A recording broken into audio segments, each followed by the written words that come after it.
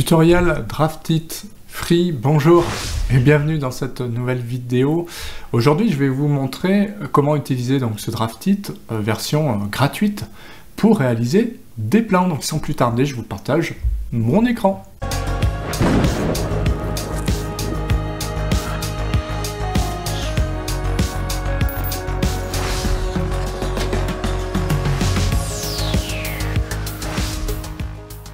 Alors bienvenue ici sur Draftit, un Draftit que j'ai ici et que j'ai téléchargé donc gratuitement. En tapant Draftit, vous vous baladez un petit peu sur le site, vous trouverez à utiliser une version d'essai. Alors vous pouvez utiliser la version plus pro architecturale pendant, je pense, un mois, et ensuite vous avez seulement la version free ici qui fonctionne. Donc, je vais cliquer sur free, je vais faire continue, yes, pas le choix, hein. Et là je vais pouvoir utiliser cette version directement. Donc je fais continue. Alors là il me met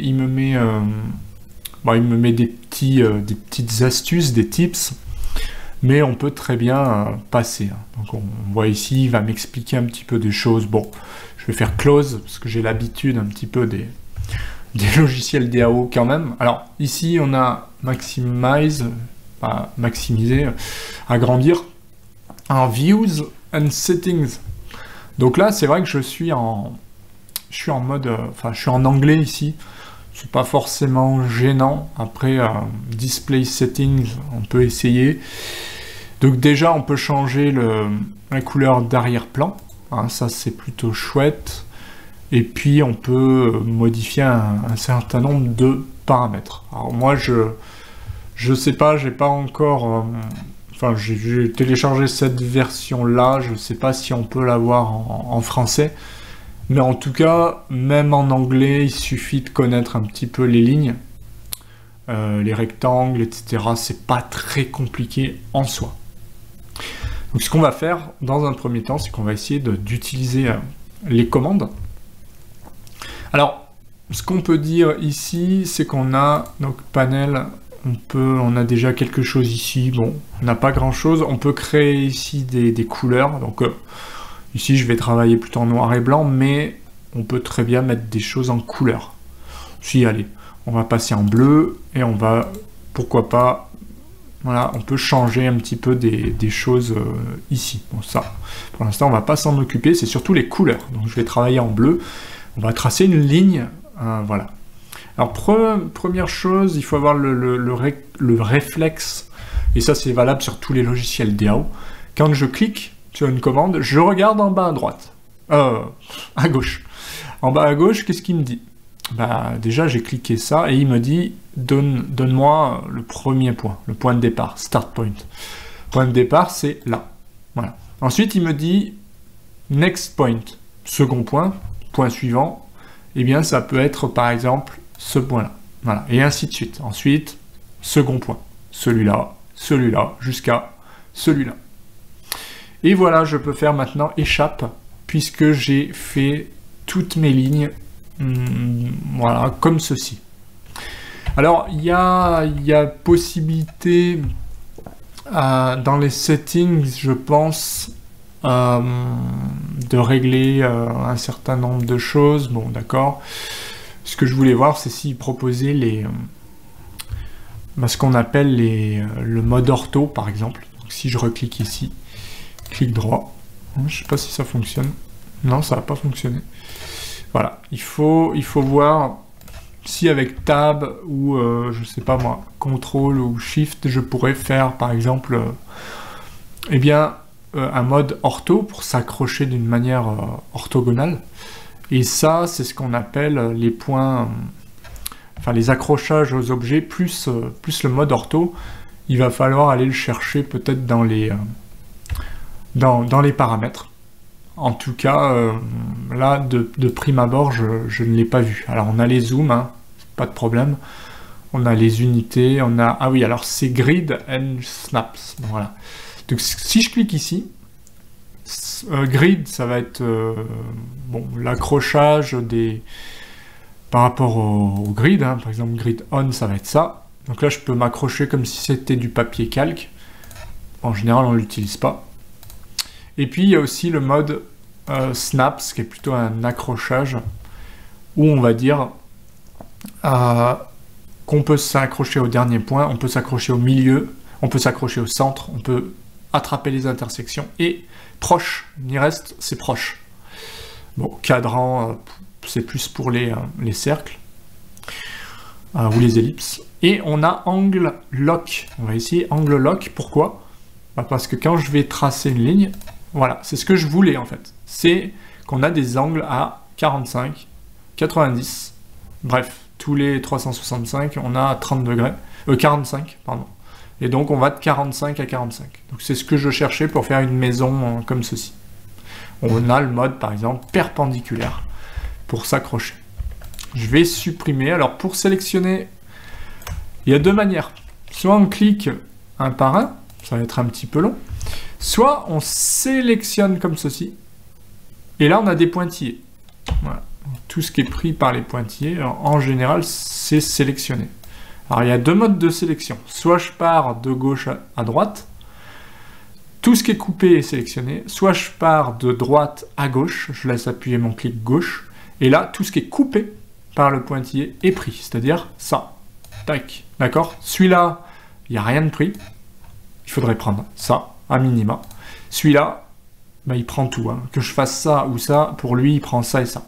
Et supr.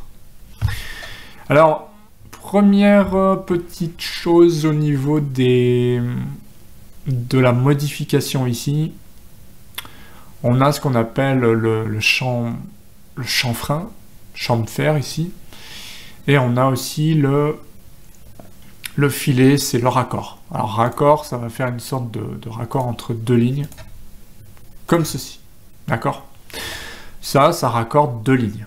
Bon, je fais CTRL Z, je reviens en arrière. Oui, ça marche peu importe que les lignes soient comme ça ou comme ça.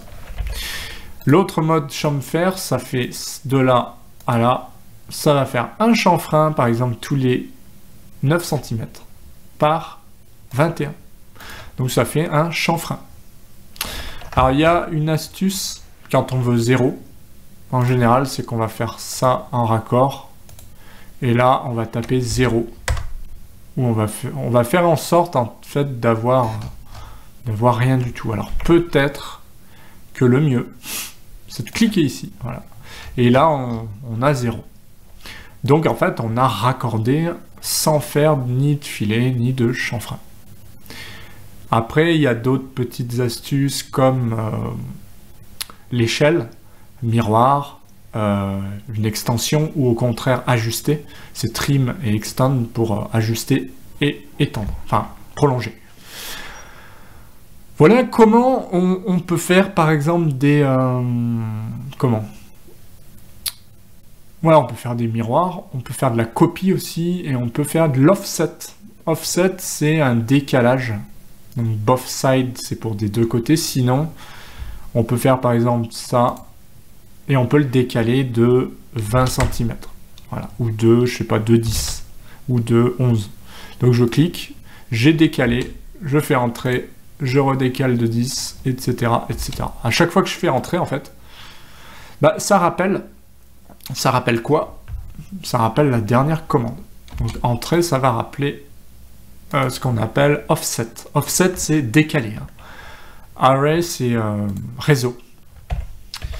Réseau, c'est de la copie en réseau. Alors ici, je vais refaire ce qu'on appelle, pourquoi pas, chanfrein. Donc je peux faire de là à là. Je vais mettre 0. Et pareil, entrée pour rappeler de là à là. Et je raccorde 0. Ce qu'il l'a pris. Voilà. Entrée de là à là. 0. Et 0. Et pareil, j'ai pas fait entrer, mais je vais refaire même avec filet. Ça devrait marcher de là à là. Et c'est marrant, je pourrais avoir un petit raccord comme ça. Mais là, je vais mettre aussi 0. Voilà comment j'ai tracé des murs. Donc bien sûr, je peux faire une sorte de fenêtre au milieu, de là à là. Échappe. je vais décaler offset both sides, ça veut dire des deux côtés. Donc je clique ici et cette fois-ci c'est des deux côtés. Donc je vais décaler pour faire une sorte de porte de 24 et 24, tac, et je supprime celui-là. Voilà comment par exemple je ferai une ouverture grâce à Draftit. Et enfin, on a tout ce qui est texte.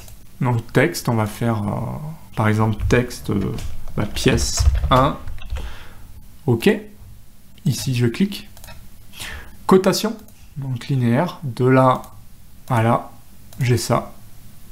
Et ensuite, on va faire d'autres dimensions.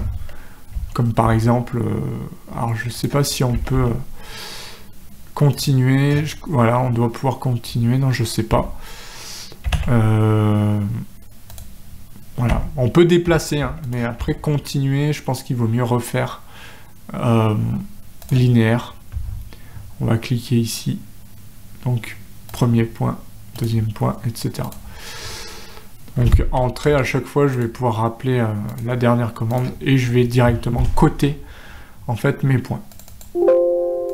Voilà comment je ferai pour coter mon plan, sachant que je vais pouvoir changer aussi la couleur de certaines cotes ici. Par exemple, je peux la mettre celle en rouge parce que je suis pas sûr, ou au contraire, je la laisse comme les autres.